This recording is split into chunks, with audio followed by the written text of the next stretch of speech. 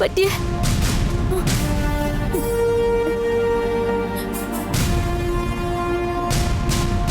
ഞാൻ എത്തുന്നതിന് മുൻപേ നന്ദിനി ഇവിടെ എത്തിയിട്ടുണ്ട്. നന്ദിനി തന്നെയാവും ഗംഗയെ രക്ഷിച്ചത്. പക്ഷെ അവള് ഗംഗയെ രക്ഷിക്കേണ്ട കാര്യം എന്താ? പറയൂ ചേച്ചി, ധർമ്മജൻ അങ്കിൾ എന്താ പറ്റിയ? ഇവിടെ എങ്ങും കാണുന്നില്ല. ധർമ്മജൻ നീ കരുതുന്ന പോലെ ഒരാളല്ല. അവനെ ആർക്കും ഒന്നും ചെയ്യാൻ പറ്റില്ല. അയാളെ കുറിച്ച് ചിന്തിച്ച് വിഷമിക്കാതെ നീ വാ, നമുക്കിവിടുന്ന് പോവാം. നീ ധർമ്മജനെയാണോ അന്വേഷിക്കുന്നത്? നിനക്കൊരു പ്രശ്നം വന്നപ്പോ അയാൾ ഓടിപ്പോയി കാണും. നീ വാ, നമുക്ക് പോവാം. ഇല്ല ചേച്ചി, ആ നന്ദിനി എന്നെ കൊത്തിയിട്ട് അങ്കിളിനെ കൊല്ലാനാ ശ്രമിച്ചേ. അങ്കിളുടെ ജീവൻ ആപത്തില്ല ചേച്ചി. ധർമ്മജനെ ഓർത്ത് നീ ഇങ്ങനെ വിഷമിക്കല്ലേ. അവൻ നിനക്ക് ആപത്തുണ്ടാക്കും ഗംഗേ. അരുണേട്ടന് ആക്സിഡന്റ് പറ്റി ഹോസ്പിറ്റലിൽ അഡ്മിറ്റ് ചെയ്തിരിക്കുക. ഉടനെ നീ അദ്ദേഹത്തെ പോയി കാണും.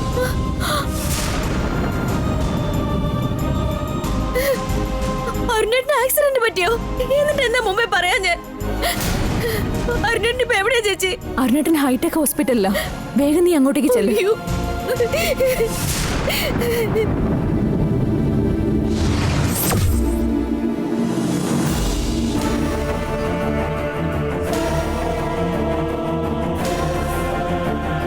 കണ്ണഴുകി,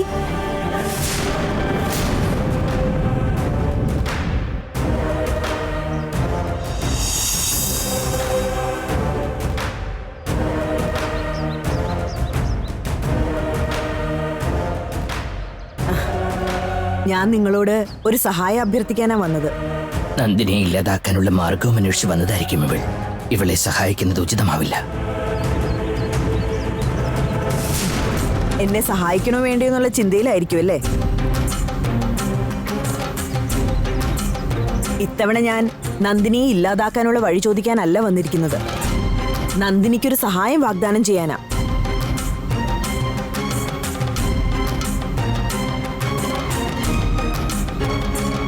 നിനക്കെങ്ങനെ അവളെ സഹായിക്കാനാകും? അവൾക്കൊരു അനുജത്തി കൂടിയുണ്ടെന്ന് ഞാൻ അറിഞ്ഞു അമ്മേ. ആ കുട്ടിയെ കണ്ടുപിടിച്ച് നന്ദിനിയോടൊപ്പം ചേർത്താൽ നന്ദിനിയിൽ ഇപ്പോഴുള്ള പ്രതികാരം ചെയ്യാനുള്ള ചിന്തയില്ലാതായി അവള് ശാന്തമാകുമെന്ന് തോന്നി. അതാ നന്ദിനിയുടെ അനുജത്തി ആരാണെന്ന് ഞാൻ അറിയാൻ ശ്രമിക്കുന്നേ.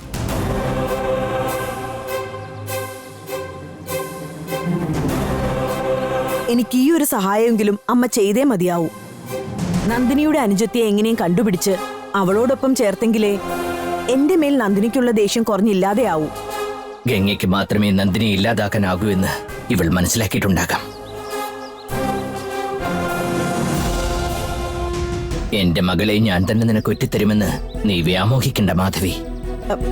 നന്ദിനിയുടെ അനുജത്തി ആരാണ്? അവൾ എവിടെയാണെന്നൊന്ന് പറയ്. മറ്റൊരാശ്രയം ഇല്ല എനിക്ക്. ഈ ഒരു കാര്യത്തില് അമ്മയെ ഞാൻ വിശ്വസിക്കുക. നന്ദിനിയുടെ അനുജത്തി ആരാണെന്ന് അറിഞ്ഞാലേ നിനക്ക് സമാധാനമാകുമെന്നുണ്ടെങ്കിൽ ഞാനത് തീർച്ചയായും പറയാം.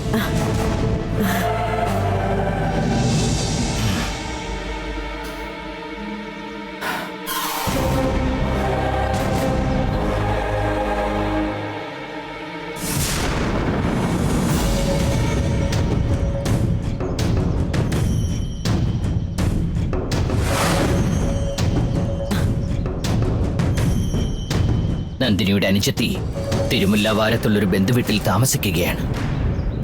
നീ അവിടെ ചെന്നാൽ അവളെ കാണാം. നീ ചോദിച്ച ചോദ്യത്തിന് പോകേണ്ട ഇടം ഞാൻ പറഞ്ഞു തന്നില്ലേ? ഇനി നീ പോയി കണ്ടോളൂ. അവൾ എവിടെയാണുള്ളതെന്ന് പറഞ്ഞു തന്നല്ലോ എനിക്ക് സന്തോഷമായി അമ്മേ. ഒരുപാട് നന്ദി.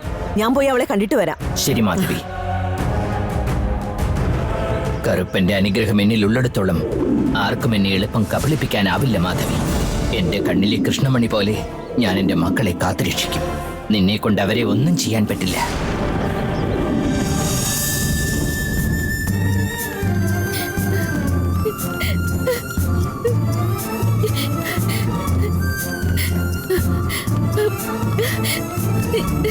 Excuse me. പറയൂ മാഡം. അരുൺ രാജശേഖരൻ ഏത് വാർഡിലാണെന്ന് ഒന്ന് നോക്കി പറയോ?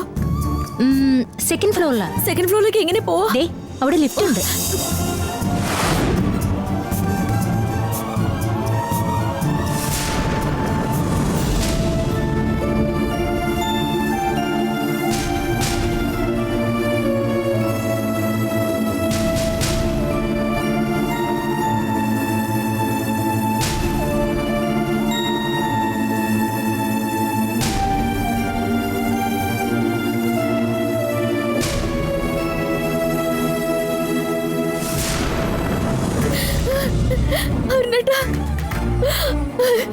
അരുണേട്ടാ, അരുണേട്ടാ.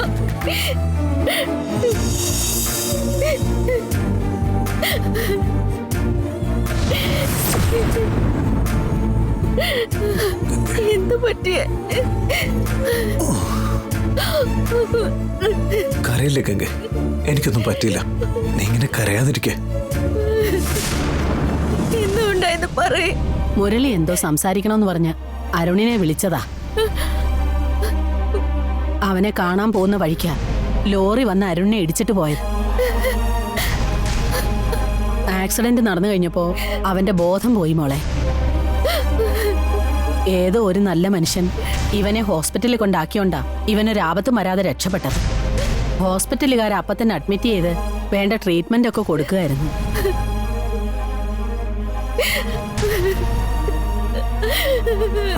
തലയിൽ ചെറിയൊരു മുറിവുണ്ടെന്നേ ഉള്ളൂ ഗംഗ. 2 ദിവസത്തിനുള്ളിൽ ഡിസ്ചാർജ് ചെയ്യുന്ന ഡോക്ടർ പറഞ്ഞിരിക്കുന്നത്. ഭാഗ്യം കൊണ്ട അത്യാപത്തൊന്നും ഇല്ലാതെ രക്ഷപ്പെട്ടത്. ഇങ്ങോട്ട് എത്താൻ വൈകി പോയിരുന്നെങ്കിൽ എന്താകുമായിരുന്നു? നമ്മുടെ കുടുംബത്തിൽ ഒന്നിനു പുറകെ ഒന്നായി അപകടങ്ങളാണല്ലോ. അരുണേട്ടനെ കൂടി ബലി കൊടുത്ത എനിക്കത് എങ്ങനെ സഹിക്കാൻ പറ്റും? കണ്ണി കൊള്ളാനുള്ളത് പുരികത്തി തട്ടിപ്പോയില്ലേ. ഇനി ഇതിനെക്കുറിച്ച് പറഞ്ഞ് അവനെ വിഷമിപ്പിക്കാതെ. അരുണിന് ആപത്തൊന്നും പറ്റിയില്ലല്ലോ, സമാധാനമായിട്ടിരിക്കെ. ചേച്ചി പറഞ്ഞത് ശരിയാ. രാജശേഖരനളിയൻ എന്തൊക്കെ നല്ല കാര്യങ്ങൾ ചെയ്ത മനുഷ്യനാ. പക്ഷെ ആ ചെയ്ത പുണ്യൊന്നും ആളെ രക്ഷിച്ചില്ല മോളെ. പക്ഷെ അരുണിന്റെ നല്ല മനസ്സുകൊണ്ട് തന്നെയാ അരുണിനൊരു കുഴപ്പം പറ്റാഞ്ഞ. ആക്സിഡന്റ് ആയ സമയത്ത് അരുണിനെ രക്ഷിച്ച നല്ല മനുഷ്യനില്ലേ, ആളോടെ താങ്ക്സ് പറയണ്ട.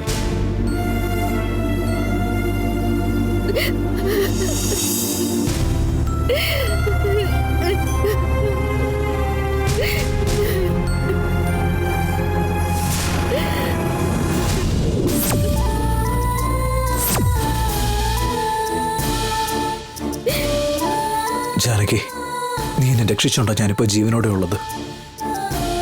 ഇന്ന് വരെ എന്റെ കൺമുമ്പിൽ വരാത്തത് നിന്നെ ഞാൻ ആ നിമിഷം എന്റെ മുന്നിൽ കണ്ടു. ഇപ്പോഴും ഇവിടെ എവിടെയോ നീ ഉണ്ടെന്ന് എനിക്കറിയാം. എവിടെയാ നീ? എന്തൊക്കെ സംഭവിച്ചാലും അരുണേട്ടന് ഗംഗയോടുള്ള ഈ സ്നേഹം കുറയരുതെന്നുള്ളത് കൊണ്ട് ഞാൻ അരുണേട്ടന്റെ മുന്നിലേക്ക് വരാതെ പിടിച്ചു നിൽക്കുന്നത്. എനിക്ക് മാപ്പ് താ അരുണേട്ടാ. എന്താ അരുണേട്ടാ, ആരെയാ തിരയുന്നേ? ജാനകി എവിടെയാ ഗംഗ?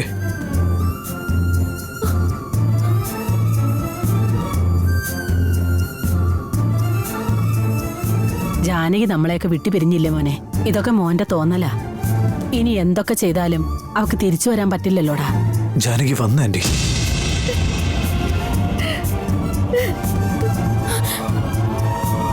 ഞാനിന്ന് ആക്സിഡന്റിൽ പെട്ടപ്പോ എന്നെ അവിടുന്ന് രക്ഷിച്ചത് ജാനകിയാ. അവൾ ഇവിടെ തന്നെ ഉണ്ട് ആന്റി.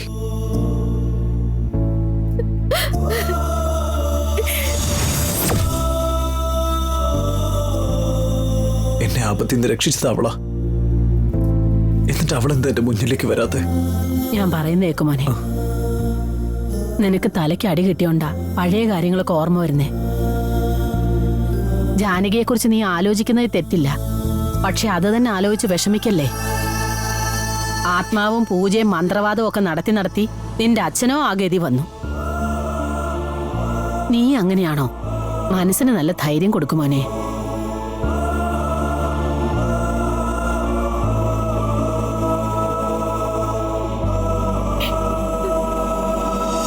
അരുണേട്ടന് ആക്സിഡന്റ് പറ്റി ഹോസ്പിറ്റലിൽ അഡ്മിറ്റ് ചെയ്തിരിക്കുക. ഉടനെ നീ അദ്ദേഹത്തെ പോയി കാണും.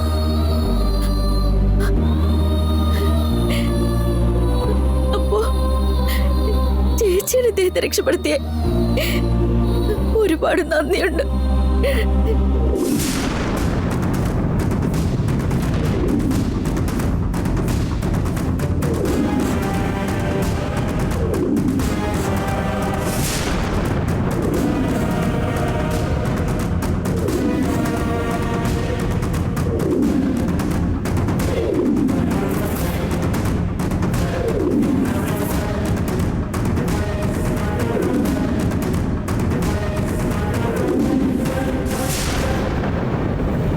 ഒടുവിൽ ഞാൻ നന്ദിനിയുടെ അനുജത്തിയിലേക്ക് എത്തിച്ചേർന്നിരിക്കാം.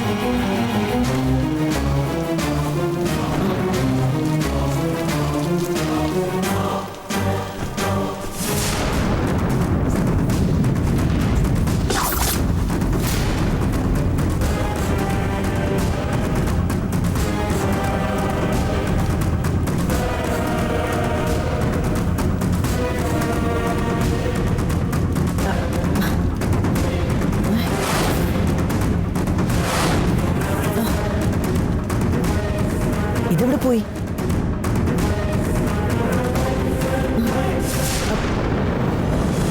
ഏയ് നിക്ക, ഓടല്ലേ?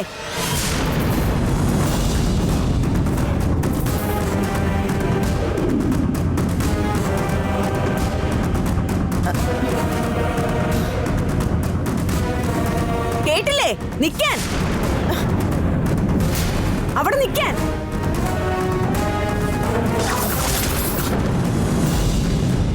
എന്തിനാ നീ എന്നിൽ നിന്നും ഇങ്ങനെ ഓടി ഒളിക്കാൻ ശ്രമിക്കുന്നേ? ഞാൻ ഒരാപത്തും വരുത്തില്ല, ഭയപ്പെടാതെ. തിരിയിങ്ങോട്ട്. ഞാൻ ആരാണെന്ന് അറിയാതെയാ നീ എന്നെ അപമാനിക്കാൻ ശ്രമിക്കുന്നേ. ഞാൻ ആരാണെന്നറിഞ്ഞാൽ നീ വെളറി വെളുക്കും. നീ ആരാണെന്ന് അറിഞ്ഞുകൊണ്ട് തന്നെയാ വന്നിരിക്കുന്നേ. തിരിയാൻ പറഞ്ഞ കേട്ടില്ലേ?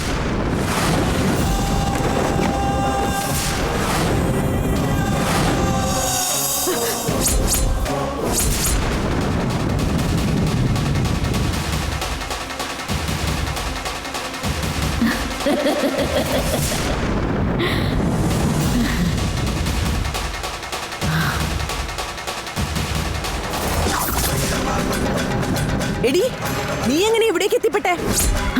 എന്റെ അനിയത്തെ പറ്റി മനസ്സിലാക്കാനല്ലേ നീ ഇങ്ങോട്ട് വന്നേ? ഞാനത്ര വിഡ്ഢിയൊന്നുമല്ല.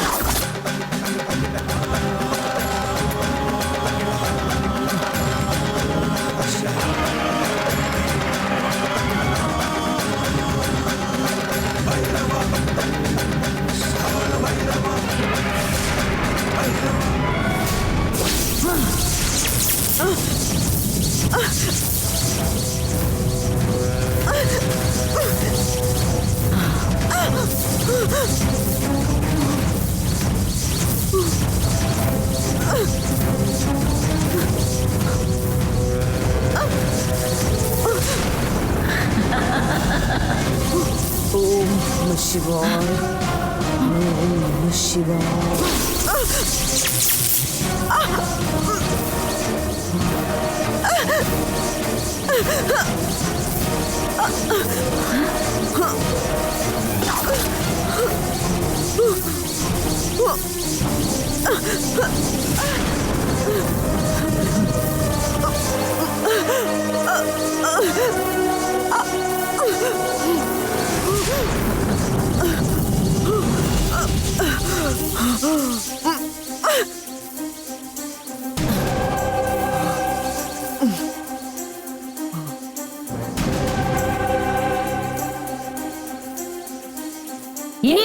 മനസ്സിലായില്ലേ?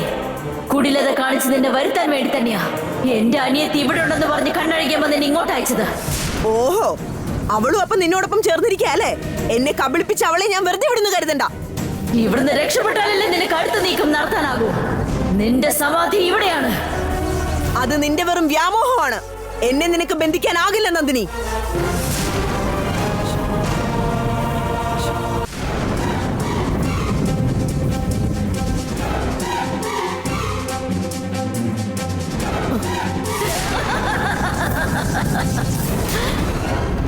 നീ അഭ്യസിച്ച മന്ത്രവിദ്യക്കൊന്നും എന്റെ ബന്ധനം ഭേദിക്കാനാവില്ല.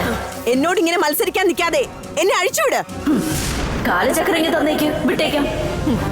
കാലചക്രം ഒരിക്കലും നിന്റെ കയ്യിലെത്താൻ പോകുന്നില്ല. നീ തരില്ലെന്ന് എനിക്കറിയാം മാധവി.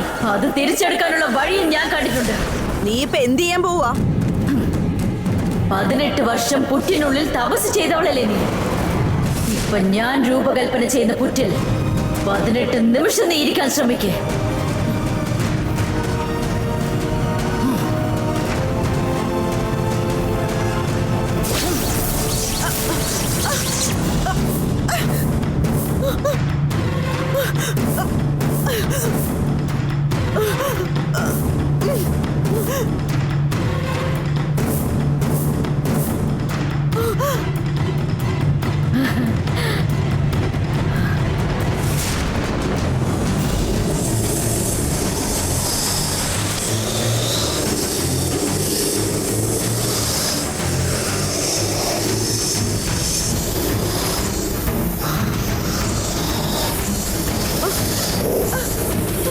നീ ഇനിയും കാലചക്രം തിരികെ തരാൻ വിസമ്മതിച്ചാൽ നാഗശക്തി എന്താണെന്ന് അറിയും നീ. ഈ കാണുന്ന ഏത് നാഗം എന്നെ കടിച്ചെന്നാലും എനിക്കൊന്നും സംഭവിക്കില്ല. എന്തെന്നാൽ ഞാൻ കരിനാഗശക്തി ശേഖരിച്ച ശിവതപസ്സുനിയ. നാഗവിഷം എന്റെ മുന്നിൽ നിഷ്പ്രഭമാവും. ഈ കാണുന്ന നാഗങ്ങളൊന്നും നിന്നെ കടിക്കാൻ പോകുന്നില്ല. അപ്പോ എന്തിനാ നാഗങ്ങളെല്ലാം വരുത്തിയത്? എന്തിനാണെന്ന് ഇപ്പൊ നിനക്ക് മനസ്സിലാകും.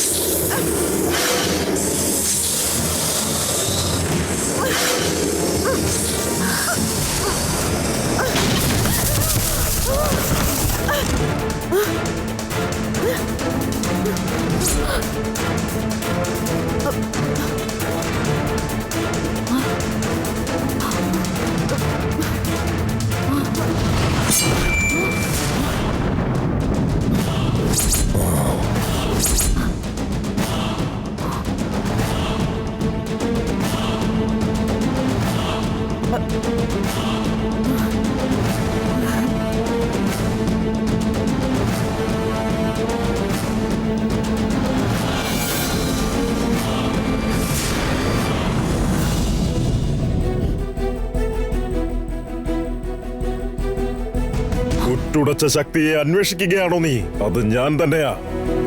കുറെ ദിവസമായി ഞാൻ നിന്നെ തിരയാ. ഗായത്രിയെ ബലി കൊടുത്തതിന് പകരം വീട്ടാൻ തുടിക്കായിരുന്നു ഞാൻ.